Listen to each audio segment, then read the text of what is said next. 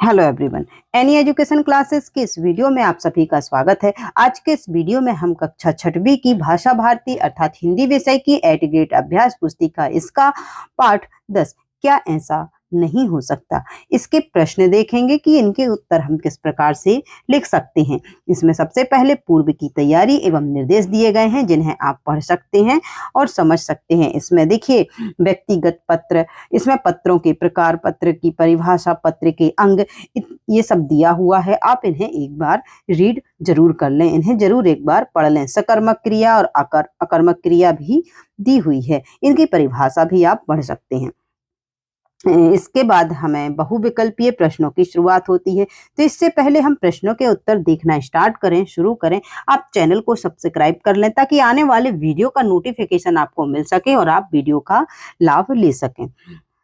चलिए, प्रश्न क्रमांक 1, यहाँ बहुविकल्पीय प्रश्न है जिसमें पहला प्रश्न है कि सामान्य रूप से पत्र के कितने अंग होते हैं। तो सामान्य रूप से पत्र के होते हैं 5 अंग, इसलिए विकल्प नंबर बी हमारा सही उत्तर है। प्रश्न क्रमांक 2, सरकारी अथवा प्रार्थना पत्रों में अभिनिवेदन हेतु क्या प्रयोग होता है। तो सरकारी प्रार्थना पत्रों में अभिनिवेदन हेतु लिखा जाता है भवदीय, तो विकल्प नंबर सी हमारा सही उत्तर हो जाएगा। प्रश्न क्रमांक 3, पत्र लेखन किसकी विधा है। तो पत्र लेखन हिंदी की विधा है, विकल्प नंबर ए हमारा सही उत्तर है। प्रश्न क्रमांक 4, मैं रोटी खाता हूं, वाक्य में रेखांकित शब्द का बहुवचन क्या है। तो मैं रोटी खाता हूं, वाक्य में जो रोटी है उसका बहुवचन आएगा रोटियां। क्या आएगा? रोटियां, तो विकल्प नंबर सी सही उत्तर हो जाएगा। प्रश्न क्रमांक 5, इसमें पूछा गया है कि लोक विश्वास पर आधारित लोक प्रचलित उक्ति को क्या कहते हैं। तो लोक विश्वास पर आधारित जो उक्ति होती है उसको कहा जाता है लोकोक्ति, इसलिए विकल्प नंबर डी हमारा सही उत्तर है लोकोक्ति। नीचे दिए गए शब्दों में से उचित शब्द चुनकर रिक्त स्थानों की पूर्ति कीजिए। इसमें प्रश्न क्रमांक 6 है, इसमें पूछा गया है कि आप अपने मित्र को खालिस्तान पत्र लिखेंगे। तो हम अपने मित्र को लिखेंगे अनौपचारिक पत्र। कौन सा पत्र लिखेंगे? अनौपचारिक। प्रश्न क्रमांक 7, वह खेल रहा है, वाक्य में अकर्मक क्रिया है क्योंकि क्रिया को खालिस्तान की आवश्यकता है। देखिए यहाँ हम लिखेंगे कि वह खेल रहा है, वाक्य में अकर्मक क्रिया इसलिए है यह क्योंकि खेलना एक अकर्मक क्रिया, क्योंकि इसको कर्म की आवश्यकता नहीं है। यहाँ मिसप्रिंट हो सकता है, तो आप यहाँ लिख लेंगे इसे कर्म की आवश्यकता नहीं है, इसलिए यह क्या है? एक अकर्मक क्रिया। आप जब अकर्मक क्रिया की परिभाषा पढ़ेंगे तो इसको समझ जाएंगे। तो इसमें हम भरेंगे कर्म। अगला प्रश्न है कि धुंधले कांच में खालिस्तान तस्वीर छिपी है। तो धुंधले कांच में वास्तविक तस्वीर छिपी है, इसमें भरना है हमें वास्तविक। प्रश्न क्रमांक 9, इसमें पूछा गया है कि वर्तमान युग में संदेश खालिस्तान द्वारा भेजे जाते हैं। तो वर्तमान युग में कभी इसके अनुसार ईमेल के द्वारा, हमारी जो कविता है उसके अनुसार हम लिखेंगे तो ईमेल के द्वारा। प्रश्न 10, अपने से बड़ों को पत्र में खालिस्तान लिखा जाता है। तो अपने से बड़ों को पत्र में लिखा जाता है आदरणीय। क्या लिखा जाता है?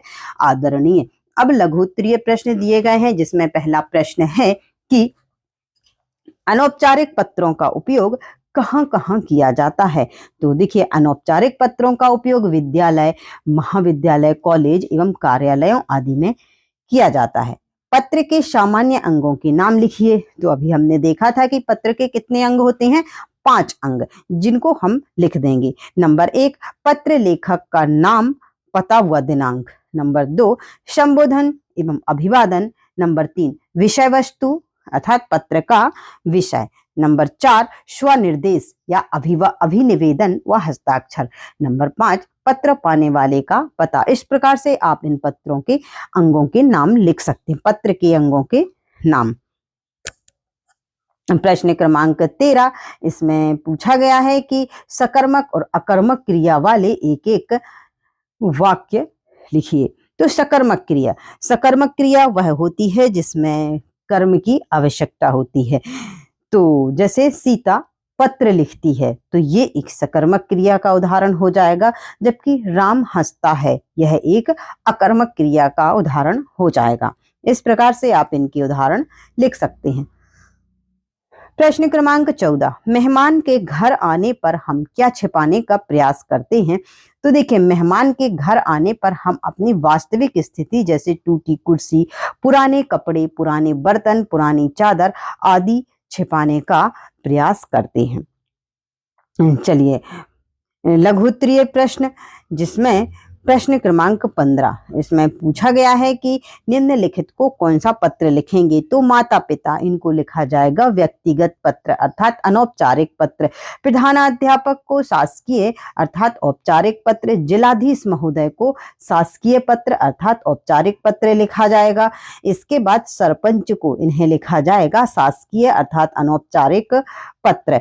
मित्र या भाई को लिखा जाएगा व्यक्तिगत पत्र। नगर पालिका अध्यक्ष को शासकीय पत्र। इस प्रकार से आप इनमें बता सकते हैं कि किसको कौन सा पत्र लिखा जाएगा। प्रश्न क्रमांक 16, इसमें पूछा गया है कि निम्नलिखित पत्रों के अंगों को पत्र में कहाँ लिखा जाएगा? यहाँ पर पत्र के अंग दिए गए हैं, जैसे पत्र लेखक का नाम, पता व दिनांक। तो हमें ये बताना है यह पत्र में कहाँ पर लिखा जाएगा। तो यह दाईं ओर पता व दिनांक एवं बाईं ओर लेखक का नाम लिखा जाएगा। अभिनिवेदन व हस्ताक्षर पत्र के अंत में दाईं ओर लिखे जाएंगे। इस प्रकार से आप इसका उत्तर लिख सकते हैं। प्रश्न क्रमांक 17, इसमें पूछा गया है कि आपके घर में आने वाले पत्रों के बारे में 3 वाक्य लिखिए। तो देखिए, हमारे घर व्यक्तिगत एवं शासकीय दोनों प्रकार के पत्र आते हैं। व्यक्तिगत पत्र से हमें सगे संबंधियों की जानकारी मिलती है और नंबर 3 शासकीय पत्रों से हमें सरकारी कार्यों की जानकारी मिलती है। इस प्रकार से आप आपके घर में आने वाले पत्रों के बारे में 3 वाक्य लिख सकते हैं। आप इन वाक्यों को आप अपने हिसाब से भी लिख सकते हैं। प्रश्न क्रमांक 18, इसमें पूछा गया है कि चेहरे पर अभावों की धुंध छाई हुई है, वाक्य का क्या अभिप्राय है? तो इस वाक्य में कवि ने अपने मित्र से यह आशा करते हैं कवि कि वे अपने अभाव को ना छिपाएं, बल्कि जैसा है वैसा ही रहने दें, क्योंकि ऐसा करने पर मित्र के चेहरे पर परेशानी स्पष्ट रूप से दिखाई देती है। तो इस प्रकार से इसमें जो लेखक हैं वो अपने मित्र से ये आशा करते हैं कि वह इस प्रकार का ना करें कि कुछ चीजें छिपाएं और अपने मित्र को पता ना चलने दें। यहाँ पर आप लेखक लिख लीजिएगा, लेखक। प्रश्न क्रमांक 19, आप अपने मित्र से कैसे व्यवहार की अपेक्षा करते हैं?